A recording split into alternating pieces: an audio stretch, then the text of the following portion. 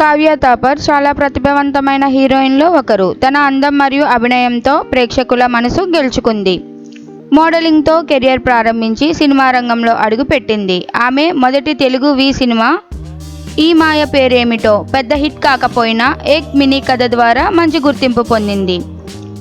ఈ భామ తన కెరియర్ను ఇంకా సక్సెస్ఫుల్గా కొనసాగించడానికి బట్టి తెలుగులో వరుసగా సినిమాలు చేస్తోంది. ఆమె తమిళంలో కూడా అవకాశాలు పొందింది. ఇంకా బిచ్చగాడు 2, ఈగల్, ఊరి పేరు భైరవకోన, డబల్ ఇస్మార్ట్ వంటి సినిమాల్లో నటించింది. ఆమె సోషల్ మీడియాలో కూడా చాలా యాక్టివ్గా ఉంటుంది. కొత్త సినిమాలతో సంబంధించి ఎప్పటికప్పుడు ఫోటోలు షేర్ చేస్తూ అభిమానులను అలరిస్తోంది.